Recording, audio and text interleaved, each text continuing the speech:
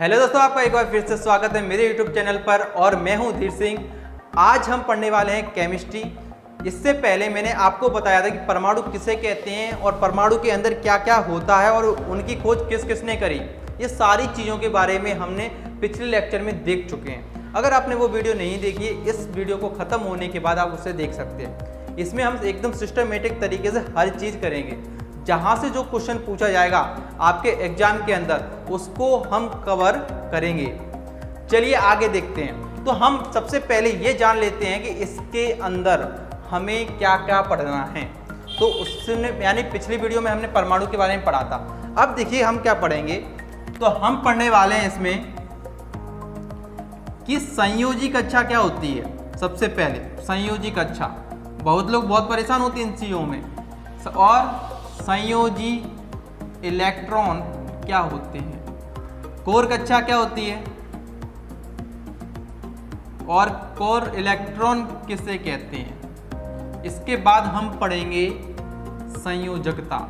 संयोजकता इसके बाद हम ये देखेंगे कोई परमाणु कब धातु होता है, कब अधातु होता है और उपधातु कब होता है।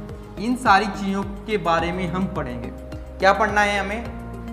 संयोजी कक्षा, संयोजी इलेक्ट्रॉन, कोर कक्षा, कोर इलेक्ट्रॉन, संयोजकता, धातु और उपधातु, यानी कब कैसे होते हैं, इस बारे में हमें इधर पढ़ना है। तो चलिए, और इसके आगे भी हमें क्या पढ़ना है ये भी देख लेते हैं। इसमें हम फॉर्मूला किस प्रकार बनाएंगे, फॉर्मूला, प्रतिशत देखेंगे, प्रतिशत किस प्रकार निकालते हैं। प्रतिशत के बाद हम देखेंगे कि किसी की मात्रा कैसे निकालते हैं। अभी देखो कंफ्यूजन होगा आपको कि ये क्या लिखा रहा हूँ मैं। जैसे जैसे हम आगे बढ़ेंगे सारी चीज़ें आपको समझ में आ जाएगी। जहाँ से एग्जाम में क्वेश्चन पूछे जाएंगे वहाँ से बहुत इंपॉर्टेंट चीज़ें मैं यहाँ से कराने वाला हूँ। वही चीज़ें कराऊंगा जो एग्जाम में पूछी जाती हैं। तो देखिए, प्रतिशत हो गई, मात्रा हो गई। इसके बाद हम पढ़ेंगे वाष्प घनत्व, यानी किसी भी परमाणु का या किसी भी अणु का वाष्प घनत्व हम किस प्रकार निकालते हैं। तो इतनी सारी चीज़ें हम इस वीडियो के अंदर करेंगे कवर। तो देखिए, ज़्यादा लंबी वीडियो नहीं बनेगी। इतने सारे टॉपिक आपको दिखाई जरूर दे रहे हैं, लेकिन ये इतने बड़े हैं नहीं। बहुत ही सिंपल है, सिर्फ आप वीडियो को पूरा देखें। और अभी तक अगर चैनल को सब्सक्राइब नहीं किया है तो चैनल को सब्सक्राइब करिए और कमेंट जरूर करिएगा अगर आपको वीडियो पसंद आए, और लाइक करना तो मत भूलिएगा। चलिए अब आगे समझते हैं। तो देखिए, परमाणु के बारे में पढ़ना है। तो इससे पहले हम डिस्कशन कर चुके हैं परमाणु के बारे में, यानी कि परमाणु के अंदर क्या होता है। देखिए, नाभिक होता है और नाभिक के चारों ओर होती हैं कक्षाएं, इस प्रकार से। अब देखिए, जैसे कि मैं कोई अणु ले लूं, जैसे कि ले लूं मैं कुछ भी ले लो, देखो क्लोरीन 17। इसका जो इलेक्ट्रॉनिक विन्यास होता है वो होता है अपना कितना, 2 8 7। अगर आपको इलेक्ट्रॉनिक विन्यास नहीं निकालना आता तो जाइए वीडियो चेक करिए, इलेक्ट्रॉनिक विन्यास की डली हुई है। मैंने उसमें अच्छी तरीके से आपको बताया कि किसी भी परमाणु का हम इलेक्ट्रॉनिक विन्यास किस प्रकार निकालते हैं। तो यहाँ पे देखिए, तो इसका इलेक्ट्रॉनिक विन्यास क्या है, 2 8 7। तो यानी कि इसकी पहली कक्षा में कितने इलेक्ट्रॉन है, 2। तो यहाँ पे बढ़ते हैं। देखो, ये तो अपना नाभिक हो गया। तो पहली कक्षा ये रही 1 और 2। दूसरी में कितने हैं, 8, 1 2 3 4 5 6 7 और 8। और तीसरी कक्षा में कितने हैं हमारे, 7। 1 2 3 4 5 6, ये हो गया हमारे 7। तो यानी कि इस प्रकार हमने इलेक्ट्रॉन भर लिए कक्षाओं में। तो अब देखिए, सबसे पहला हमारा पॉइंट था कि संयोजी कक्षा किसे कहते हैं। तो सुनिए, किसी भी परमाणु का जो बाहरी कक्षा होती है, किसी भी परमाणु की जो बाहरी कक्षा होती है उसे हम कहते हैं संयोजी कक्षा। बस ये था, सिंपल, कोई ज़्यादा टफ नहीं है। कि आप देख रहे होंगे मैंने जब लिखा था आपको लग रहा था क्या क्या पढ़ने वाले हैं इसके अंदर, कुछ भी नहीं है, एकदम सिंपल है। तो यानी कि किसी भी परमाणु का जो बाहरी कक्षा होती है उसे हम कहते हैं संयोजी कक्षा।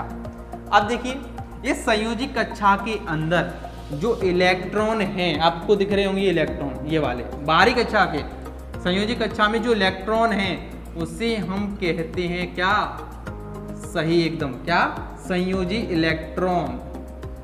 क्या कहते हैं दोस्तों, संयोजी इलेक्ट्रॉन। तो यहां तक आपको क्लियर होगा। संयोजी कक्षा किसे कहते हैं, किसी भी परमाणु की बाहरी कक्षा को। और संयोजी इलेक्ट्रॉन यानी संयोजी कक्षा में जो इलेक्ट्रॉन है, यानी बाहरी कक्षा में जो इलेक्ट्रॉन है, उन्हें ही हम कह देते हैं संयोजी इलेक्ट्रॉन।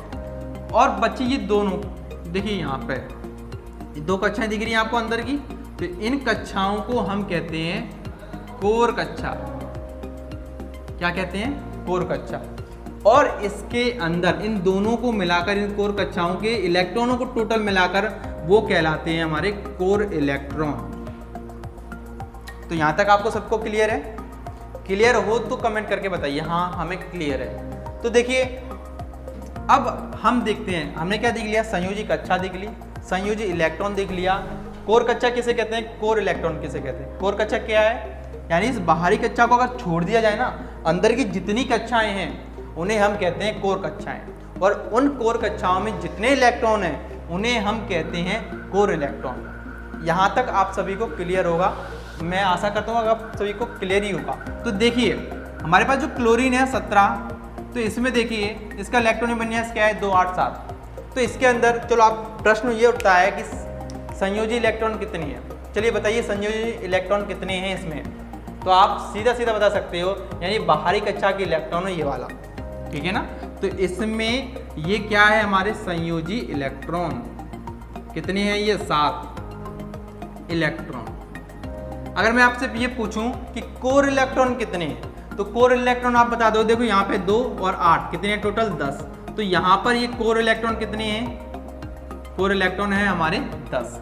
तो आप किसी भी परमाणु का बता सकते हो। पेपर में ऐसे ही पूछा जाएगा, सिर्फ क्या पूछा जाएगा, जैसे कि एक और उदाहरण ले लिया जाए, जैसे मैंने कह दिया कि ऑक्सीजन का बताइए, तो ऑक्सीजन कितना होता है? 8। चलिए तो इसका इलेक्ट्रॉनिक विन्यास आपको आना चाहिए। तो इसमें क्वेश्चन पूछा जाएगा आपके पेपर में, एग्जाम में, यानी कि ऑक्सीजन का आपको ये बताना है कि इसमें कोर इलेक्ट्रॉन कितने हैं, या आपसे ये पूछेगा संयोजी इलेक्ट्रॉन कितने हैं, बस। तो देखिए हमें ये आना चाहिए कि इसका इलेक्ट्रॉनिक विन्यास करें तो क्या होगा? 2 और 6। तो हमें ये बताना है कि इसमें संयोजी इलेक्ट्रॉन कितने हैं। तो बाहरी कक्षा में जितने इलेक्ट्रॉन होते हैं उसे अपन क्या कहते हैं? संयोजी इलेक्ट्रॉन। इसके अंदर आप ये बताइए कि कोर इलेक्ट्रॉन कितने हैं? कोर इलेक्ट्रॉन यानी जो बाकी जो बचे हैं वो कोर इलेक्ट्रॉन है, जैसे कि ये 2। तो यहाँ तक आपको सबको क्लियर होगा, है यहाँ पे क्लियर? चलिए अब हमने ये 2-4 चीजें जान ली। तो इसके बाद मैंने आपको बताया था कि क्या जानेंगे? संयोजकता, कि संयोजकता किसे कहते हैं। तो देखिए संयोजकता यहां पे लिखता हूं मैं, संयोजकता, कि संयोजकता क्या होती है। तो देखिए संयोजी कोश में, यानी संयोजी इलेक्ट्रॉन अगर 1, 2, 3 और 4 हैं, संयोजी इलेक्ट्रॉन अगर 1, 2, 3, 4 है, तो उस परमाणु की संयोजकता उतनी ही हो जाती है। मतलब किसी भी बाहरी कक्षा में संयोजी इलेक्ट्रॉन किसे कह रहे हैं? यानी कि बाहरी कक्षा में जितने इलेक्ट्रॉन हैं उसे हम संयोजी इलेक्ट्रॉन कह रहे हैं। तो यानी कि हम ये कह सकते हैं अगर संयोजी इलेक्ट्रॉन किसी भी परमाणु का, यानी कोई परमाणु लिया, उसकी बाहरी कक्षा में अगर कितने इलेक्ट्रॉन हो? संयोजी इलेक्ट्रॉन 1, 2, 3, 4, या तो वो 1 हो या 2 हो या 3 हो या 4। अगर ये हैं, इतनी संख्या है उनकी, तो उनकी संयोजकता उतनी ही हो जाती है। उदाहरण से समझेंगे, अगर उनकी अगर 4 से ज़्यादा है, 5, 6, 7, तो क्या करेंगे? उसे हम 8 में से घटा देंगे। 8 में से इन्हें घटा देंगे संयोजी इलेक्ट्रॉन को। तो इससे क्या निकल जाएगी? उस तत्व की या ये उस परमाणु की संयोजकता। तो चलिए उदाहरण से समझते हैं। जैसे हमारे पास क्या है? क्लोरीन है, ऑक्सीजन है। इससे समझते सबसे पहले। तो देखिए हमें निकालनी है क्लोरीन की संयोजकता की कितनी होगी। तो हमने क्या कहा कि संयोजी इलेक्ट्रॉन देखने सबसे पहले। तो यहाँ पे देखिए संयोजी इलेक्ट्रॉन कितनी है? 7 है। तो यहाँ पर 1, 2, 3, 4, 7 तो इसमें शामिल नहीं है। तो हम क्या करेंगे? उसे 8 में से घटा देंगे। तो 8 में से अगर 7 को घटाएंगे, संयोजी इलेक्ट्रॉन यही तो है, 8 में से 7 को घटाएंगे तो कितना आया? 1। तो इसकी संयोजकता कितनी है? 1 है। अब ये नहीं बताना कि प्लस की या माइनस की, संयोजकता कभी प्लस और माइनस की नहीं होती। बस हमें ये बताना होता है कि संयोजकता कितनी है, 1, 2, 3, 4 कितनी है, 5, 6, 7 कितनी है, बस इतना बताना और कुछ नहीं। अगर संयोजकता मैंने बताया अगर 4 से अधिक है तो हम 8 में से संयोजी इलेक्ट्रॉन को घटा देते हैं और जो निकल के आता है उसे हम कहते हैं उस परमाणु की संयोजकता। तो इधर क्लोरीन की संयोजकता कितनी है? 1। तो यहाँ तक आपको अच्छी तरीके से क्लियर होगा। चलिए अगर मैं ऑक्सीजन की कहूँ बात, यानी ऑक्सीजन इसके पास कितने हैं, संयोजी कोष में 6 इलेक्ट्रॉन है, तो 6 तो भाई इधर नहीं है, इधर तो अधिक है ना, तो यहाँ पे इसकी संयोजी इलेक्ट्रॉन कितने होंगे, सॉरी संयोजकता कितनी होगी, तो 8 में से घटा देंगे, 6 को घटाएंगे तो कितनी होगी 2, तो इसकी संयोजकता कितनी हो जाएगी, यहाँ पर 2 हो जाएगी। तो यहाँ तक आप सभी को क्लियर होगा। चलिए, तो आप सीख चुके हो कि संयोजी कक्षा क्या होती है, संयोजी इलेक्ट्रॉन क्या होता है, कोर कक्षा किसे कहते हैं, कोर इलेक्ट्रॉन क्या होती है, संयोजकता भी पढ़ लिया, इस संयोजकता भी क्या होती है, अगर आप निकाल भी सकते हो, है ना, तो यहाँ तक आपको क्लियर होगा। चलिए अब देखिए यहाँ पर क्या होता है, जैसे कि 2 इलेक्ट्रॉन है, अपने अष्टक पूरा करना है तो और इलेक्ट्रॉन चाहिए उन्हें, तो अब इलेक्ट्रॉन कैसे देंगे भी, यहाँ पे देखिए अगर इसे अष्टक पूरा करना है, ठीक है अपना, तो ये 6 इलेक्ट्रॉन दे देंगे, नहीं देंगे, ये इनको जरूरत क्या है, सिर्फ 2 इलेक्ट्रॉनों की, तो ये क्या करेगा, 2 इलेक्ट्रॉन ग्रहण कर लेगा। तो मैंने पहले भी आपको बता चुका हूँ अच्छी तरीके से कि जो इलेक्ट्रॉन देता है उस पर धनायन आता है, यानी पॉजिटिव चार्ज आता है, और जो इलेक्ट्रॉन को लेता है उसके ऊपर माइनस चार्ज यानी कि नेगेटिव चार्ज आता है। तो यहाँ पे देखिए इसको अष्टक पूरा करने के लिए, यानी कि 8 करना है अपने आप में, अष्टक पूरा करना है, तो अष्टक पूरा करने के लिए इसे 2 इलेक्ट्रॉनों की जरूरत है, तो ये 2 इलेक्ट्रॉन लेगा, ना कि अपने 6 इलेक्ट्रॉन को त्यागेगा। तो ये क्या करेगा, 2 इलेक्ट्रॉनों को ले लेगा, अगर 2 इलेक्ट्रॉन ले लेगा तो इस पर चार्ज कितना आएगा, -2, ठीक है ना, तो इस प्रकार हम इस पर क्या कर देते हैं, -2। इधर अगर क्लोरीन की बात की जाए, इसको भी अपना अष्टक पूरा करना है, तो ये क्या करेगा, अपने 7 इलेक्ट्रॉन देगा या लेगा, तो ये 1 इलेक्ट्रॉन ले लेगा जिससे इसका अष्टक पूरा हो जाए। तो इस प्रकार इस पर क्या आ जाता है, -1 आ जाता है। तो भाई देखिए जो संख्या प्लस या माइनस में दिखाए, क्या कह रहा हूं, देखो संयोजकता और ऑक्सीकरण में फर्क है। इसमें क्या फर्क है, देखिए संयोजकता होती है सिर्फ संख्या को बताती है, वो ये नहीं बताती वो प्लस की या माइनस की, संयोजकता सिर्फ संख्या होती है, 1 2 3 4 5 6 7 8, ये उसकी संयोजकता होती है। लेकिन ऑक्सीकरण संख्या वो होती है, ये बताती है कि जो संख्या दी है वो माइनस की है या प्लस की, वो ऑक्सीकरण संख्या होती है। तो यहाँ तक आपको क्लियर होगा।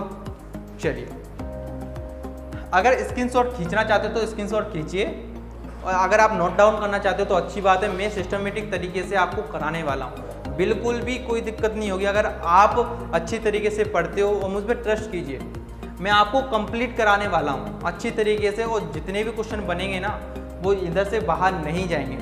जहाँ तक मैं अपनी पूरी कोशिश करूँगा कोई भी क्वेश्चन बाहर ना जाए, और कोई भी टॉपिक हो, कौन सा भी शब्द हो इसके अंदर, केमिस्ट्री के अंदर, वो मैं आपको अच्छी तरीके से समझाऊंगा। कोई भी प्रॉब्लम आपको नहीं आने वाली, इसकी गारंटी मैं आपको देता हूँ, कोई भी डाउट आपका नहीं रहेगा। चलिए आगे चलते हैं। तो यहाँ तक हमने पढ़ लिया, अब ये देखते हैं कि कोई परमाणु धातु या अधातु या उपधातु कैसे होती है। तो यहाँ तक आपको संयोजकता समझ में आ गई होगी, तो समझ में आ गई हो, अगर चैनल को सब्सक्राइब नहीं किया तो दोस्तों चैनल को करिए सब्सक्राइब, और अपने दोस्तों को भी शेयर करिए जिससे भी वो इस वीडियो का फ़ायदा उठा सके। चलिए, इतना आगे होगा, मैं इसको क्लियर कर देता हूँ, ठीक है। तो इसके आगे हम देखते हैं कि कोई परमाणु या अणु धातु कब होता है और अधातु कब होता है। तो देखिए, हमें ये देखना है, संयोजी इलेक्ट्रॉन देखने, सिर्फ एक साइड लिख देता हूँ इधर, क्या देखने, संयोजी इलेक्ट्रॉन। अगर किसी परमाणु के संयोजी इलेक्ट्रॉन कितने हो, 1 2 या 3 इतने हो, तो वो होगा धातु। अगर संयोजी इलेक्ट्रॉन 5 6 या 7 ये होते हैं तो वो होता है अधातु। अगर किसी की होती है 4 तो वो होती है उपधातु, यानी कि इसके अंदर धातु और अधातु दोनों के ही गुण मिलते हैं। तो यहाँ पे देखिए, यानी कि मैंने क्या बताया आपको कि संयोजी इलेक्ट्रॉन अगर 1 2 3 है तो वो धातु है, अगर 5 6 7 है वो अधातु है, अगर वो 4 है वो उपधातु, यानी कि उसमें धातु के भी गुण पाए जाएंगे और अधातु के भी गुण पाए जाएंगे।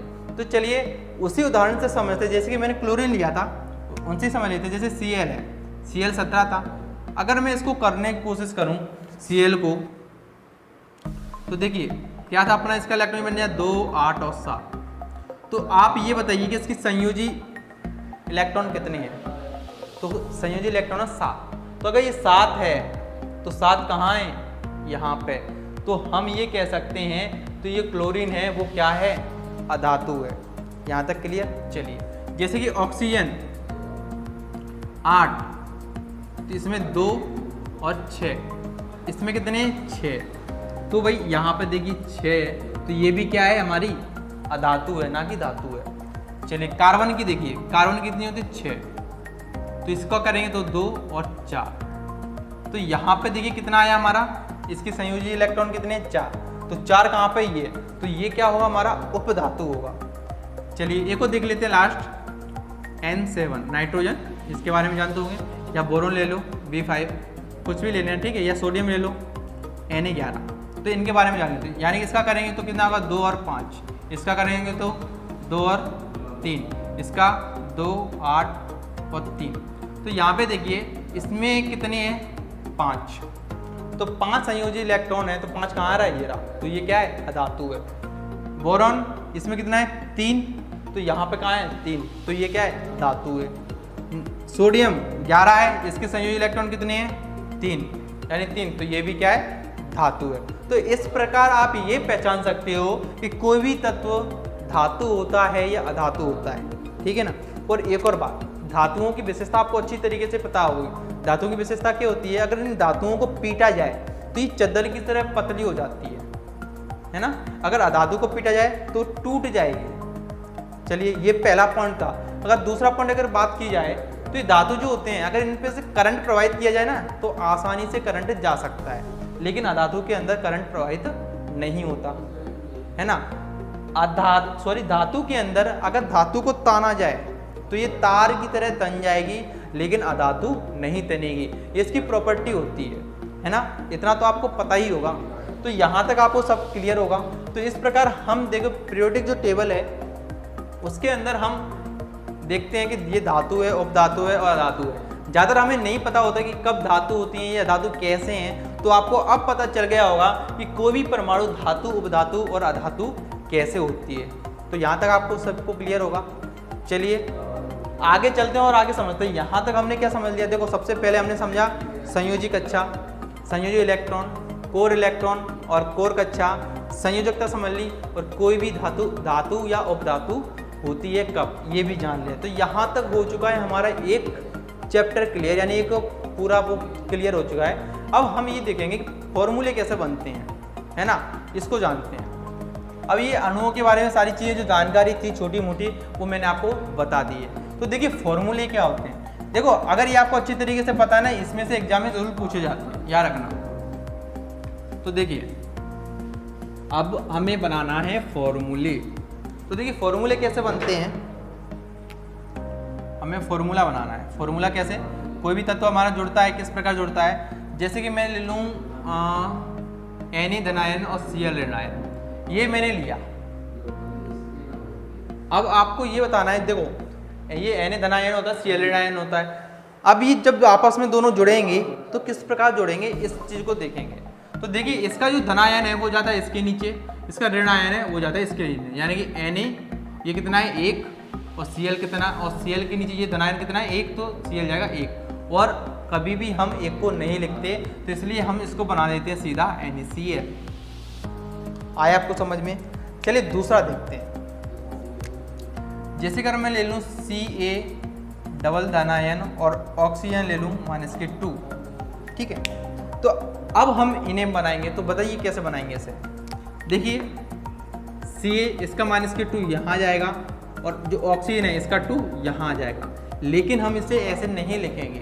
तो देखिए जिसकी अगर ऑक्सीकरण संख्या बराबर एक जैसी होती है, जैसे इसके +2 है, इसके -2 है, तो ये आपस में क्या कैंसिल आउट हो जाती है, हट जाती है। तो इसका क्या बन जाएगा हमारा CaO, क्या बन जाएगा CaO। आया आपको समझ में। चलिए आगे समझते हैं और फॉर्मूले। जैसे कि मैं Ca का और ले लूँ, जैसे कि मैंने लिया Ca डबल धनायन, मैंने OH ले लिया, OH ऋणायन। अब इसका कैसे बनेगा, तो देखिए तो यहाँ पे इसका Ca का जाएगा इसके नीचे और माइनस जाएगा इसके नीचे। तो Ca माइनस के कितने 1 है, तो 1 को तो हम लिखेंगे नहीं, और 2 है तो 2 पहुँचेगा नीचे। तो यहाँ पे देखिए OH, यहाँ पे 2 हैं O और H, तो इसलिए हम क्या करेंगे इसको होल ट्वाइस में लिखेंगे, यानी कोष्टक लगाएंगे और नीचे लिखेंगे 2। जिससे हमको ये समझ में आ जाए कि भाई ये इधर भी है और इधर ही है। अगर हम इसको ऐसे लिखते तो इसका क्या मतलब था, हाइड्रोजन यहाँ पे 2 है, लेकिन ये गलत हो जाता। तो हम इस प्रकार इसको नहीं लिखेंगे, ये हो जाता है हमारा गलत। यहाँ तक आपको क्लियर होगा। चलिए आगे बनाते हैं। अब ये हो गया हमारा, ये को ले लेते हैं जैसे कि एल्यूमिनियम प्लस के 3SO4 डबल आयन, ठीक है। इसको बनाइए, कैसे बनाएंगे तो देखिए इसको क्या करेंगे, मैंने अभी बताया, इसको यहाँ पे और इसको यहाँ पे। एल्यूमिनियम A ये 2 है तो इधर आ गया, और SO4। अब देखिए अगर 3 को इधर लिखूंगा तो भाई ये क्या हो गया, 3 हो गया, ये तो गलत है, यानी 43 हो गया, तो ये बिल्कुल गलत है। तो हम इसे भाई इस कन्फ्यूजन को दूर रखने के लिए हम क्या करते हैं, कोष्टक लगाएंगे और नीचे लिखेंगे 3। यहाँ तक आपको क्लियर होगा। ये फॉर्मूले बनते हैं। तो चलिए और बनाते हैं, और ले लेते हैं, जैसा कि हम ले लेते हैं एल्यूमिनियम प्लस के 3 और Cl ऋण आयन, ठीक है। तो इसे बनाइए, कैसे बनेगा इससे, देखिए Al माइनस के तो कुछ भी नहीं आएगा, Cl तो यहाँ पे कितने 3, तो 3 यहाँ पे आएगा, तो क्या बन जाएगा AlCl3, है ना। देखिए फॉर्मूले बनाना बहुत ही आसान है। पेपर में पूछा जाएगा, अगर आपको ऐसे लिख के दे दिया, ये ऐसे लिख के देगा और 4 ऑप्शन आपके पास दे दिए जाएंगे, और आपको ये बताना होगा कि बताइए इनमें से कौन सा सही है, उसको टिक लगाना है। अगर आपको फॉर्मूले बनाना नहीं आते तो आप गलत भी कर सकते हो, है ना। तो चलिए और देखते हैं, कुछ फॉर्मूले और देख लें 2-3, बस इसके बाद फिर ख़त्म है, ठीक है। जैसे कि अगर मैं ले लूँ Na धन आयन और OH ऋण आयन, तो इसका कैसे बनेगा, तो देखिए Na और OH, इसका एक था, एक को लिखेंगे नहीं, इसका भी एक है तो इसको भी नहीं लिखेंगे। तो यहाँ तक था हमारा क्लियर, है ना। तो हम बना चुके हैं फॉर्मूले किस प्रकार बनाते हैं, तो आपको क्लियर होगा यहाँ तक। बताइए क्लियर है कि नहीं, कमेंट करके जरूर बताएं मुझे। देखिए आपके कमेंट हमें ये बताते हैं कि हाँ आप ईमानदारी से वीडियो देख रहे हैं और यहाँ तक आपने देखा, है ना। तो प्लीज़ कमेंट जरूर करिए।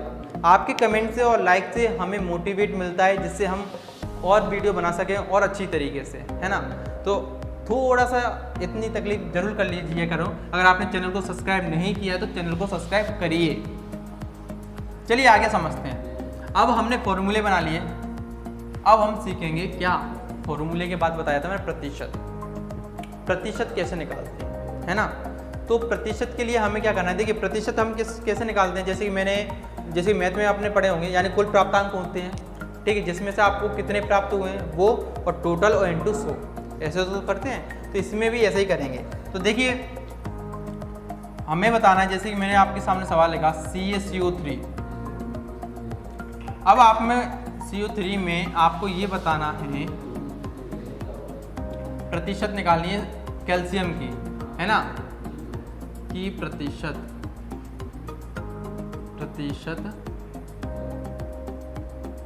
निकालिए, ये सवाल आ सकता है, ठीक है, निकालिए। तो इसमें आपको बताना है Ca की प्रतिशत कितनी होगी। तो देखिए हमें पता है कि Ca हम क्या करते हैं, जैसे कि मान के चलो पेपर होता है हमारा कितने का, मान के चलो 200 नंबर का, उसमें से आप कितनी प्राप्त करते हो, मान के 100 प्राप्त कर लेते हैं, और प्रतिशत निकालने के लिए हम क्या करते हैं 100 का मल्टीप्लाई करते हैं, यही तो करते हैं। तो 100 से 100 कट जाता है इस प्रकार, और ये हमारा निकल आता है प्रतिशत, यानी कितना हो गया हमारा 50%। तो इसी प्रकार हम इसके अंदर क्या करेंगे, अगर हमें कैल्शियम की क्या निकालनी है प्रतिशत, तो देखिए इसमें यानी Ca ऊपर लिखेंगे और ये कंप्लीट लिखेंगे CaCO3, यानी कि इसमें से तो बताना है हमें इसका प्रतिशत कितना है, और मल्टीप्लाई करेंगे 100 का और प्रतिशत का निशान लगा देंगे।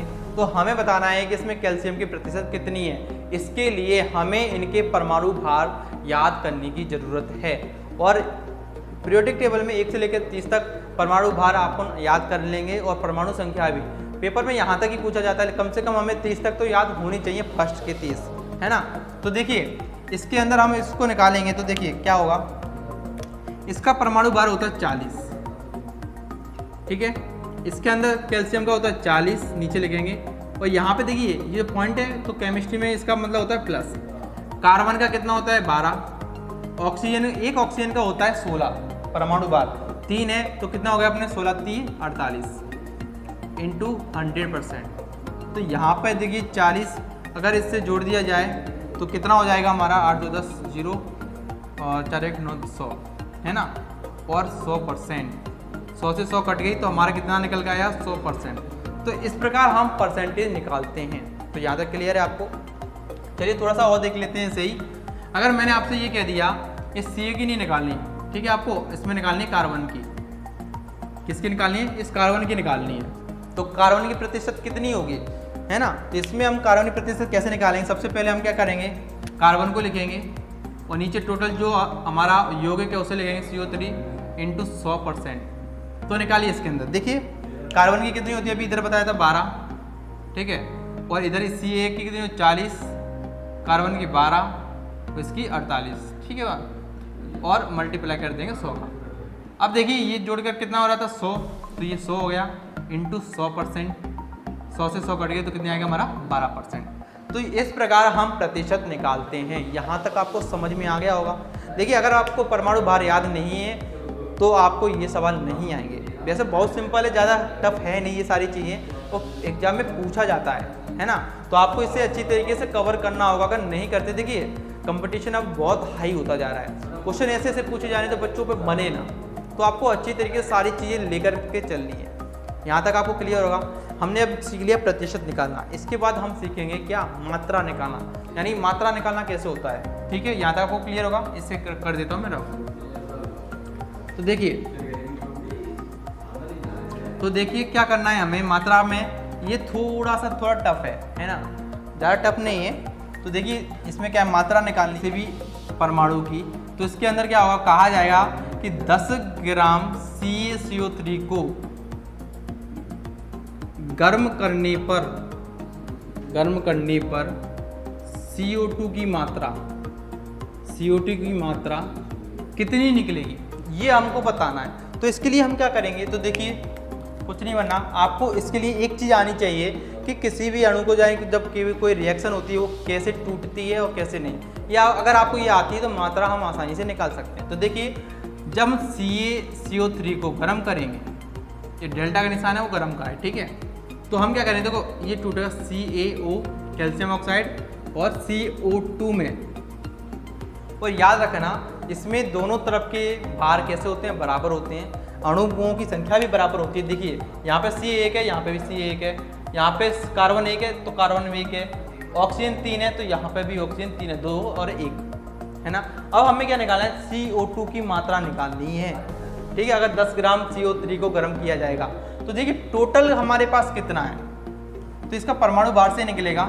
तो C का कितना होता है हमारा 40, C का 12, तो ये 48, इस प्रकार। अब यहाँ पे हमें CO2 की निकालनी है। CO2 की कितनी होगी हमारा 12, ऑक्सीजन कितने है ये 16, 16 तो नहीं 32। तो इस प्रकार से ये कितना हो जाएगा टोटल 100, और ये कितना होगा हमारा, इन्हें जोड़ेंगे तो 4 और 4 44, है ना। अब ये थी क्या, हमें इतना समझ में आया कि जब हमारे पास 100 ग्राम होगी तो उसमें CO2 कितने निकलेगी 40 ग्राम, लेकिन हमें क्या बताना है 10 ग्राम में बताना है। ये तो 100 ग्राम का है। अगर हम 1 ग्राम के लिए निकालें तो क्या करेंगे, हम 100 में 44 में हम भाग देंगे इस वाली 100 का, तो ये 1 ग्राम का निकाल लिया। अगर हमें 10 ग्राम का निकालना है तो इसमें कर देंगे हम 10 ग्राम का मल्टीप्लाई, तो क्या कर देंगे, इससे ये कट गया, हमारा आएगा 4.4। तो हम कह सकते हैं अगर 10 ग्राम CO3 को गर्म करेंगे तो हमारा CO2 कितना निकलेगा 4.4 ग्राम। तो यहाँ तक आपको क्लियर होगा, है ना। तो चलिए आगे चलते हैं, आपको ये सारी चीज़ समझ में आ गई होगी, है ना। तो चलिए इसको मैं रब करता हूँ, अगर आपने नहीं किया तो उतारिए, ठीक है।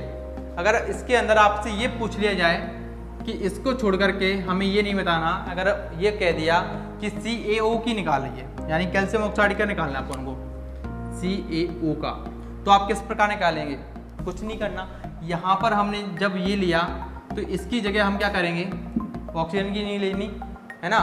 तो अब हमें देखिए इसकी लेनी है कैल्शियम ऑक्साइड की, तो हम क्या करेंगे, इसका कितना होता है 40, इसका 16, तो टोटल कितना होगा इसका 56, तो 56 होगा, तो इधर लिखेंगे 56, तो ये 100 का होगा। अगर इधर 56 है तो यहाँ पे भी क्या आएगा 56 आ जाएगा, और 10 ग्राम का निकालना तो 10 ग्राम का मल्टीप्लाई करेंगे, 0 से 0 कट गई तो कितना आएगा 5.6 ग्राम। तो इस प्रकार से हम मात्राएं निकाल लेते हैं। तो यहाँ तक आपको सबको क्लियर होगा। चलिए यहाँ तक क्लियर है, मात्रा निकालना आप सीख गए होंगे। अब निकालेंगे आगे, बस लास्ट टॉपिक हमारा रह गया है वाष्प घनत्व। तो किस प्रकार हम वाष्प घनत्व निकालते हैं, तो देखिए इसे मैं निकाल देता हूँ। अब वाष्प घनत्व निकालते हैं।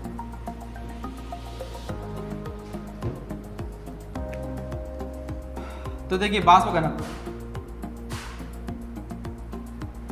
कुछ नहीं करते, क्या करते हैं हम अणु भार निकालेंगे और उसमें 2 का भाग दे देंगे, हमारा वाष्प घनत्व निकल आएगा। तो देखिए क्या करना है, अगर हमें वाष्प घनत्व निकालना है, मान के चलो H2SO4 का निकालना है, इसका वाष्प घनत्व निकालेंगे तो इसका अणु भार हमें पता होना चाहिए। इसके लिए हमें परमाणु भार भी याद होना चाहिए। देखिए हाइड्रोजन का एक परमाणु होता है 2 है तो 2 प्लस सल्फर का कितना होता है 32, एक ऑक्सीजन का 16 होता है तो 4 के कितने हो गए 16 चौक 64। अब देखिए इसमें 2 का भाग देना है।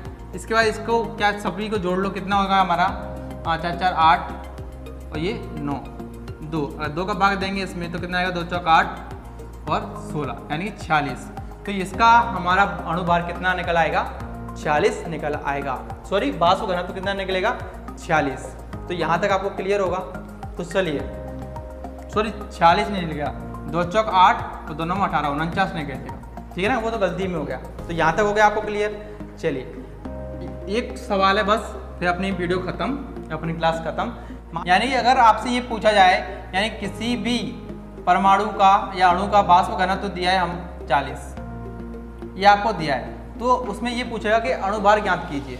तो क्या करना है, देखिए हमारा फॉर्मूला क्या होता है ये, तो वाष्प घनत्व दिया हमारा 40, अणु भार कितना है, अणु भार तो निकालना ही है, और बट्टे 2, अणु भार निकालना है तो 2 का मल्टीप्लाई इस साइड कर दो, 2 को इस साइड करें तो आएगा 80 और बराबर अणु भार। तो इस प्रकार हम अणु भार और वाष्प घनत्व निकालते हैं। तो यहाँ तक आपको सारा क्लियर होगा।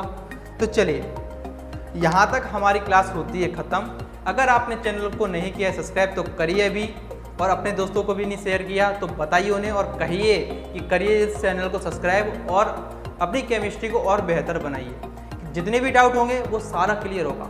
चलिए यहाँ तक आपसे विदा चाहता हूँ। बाय बाय, टेक केयर, अपना ख्याल रखिए। चलिए बाय बाय।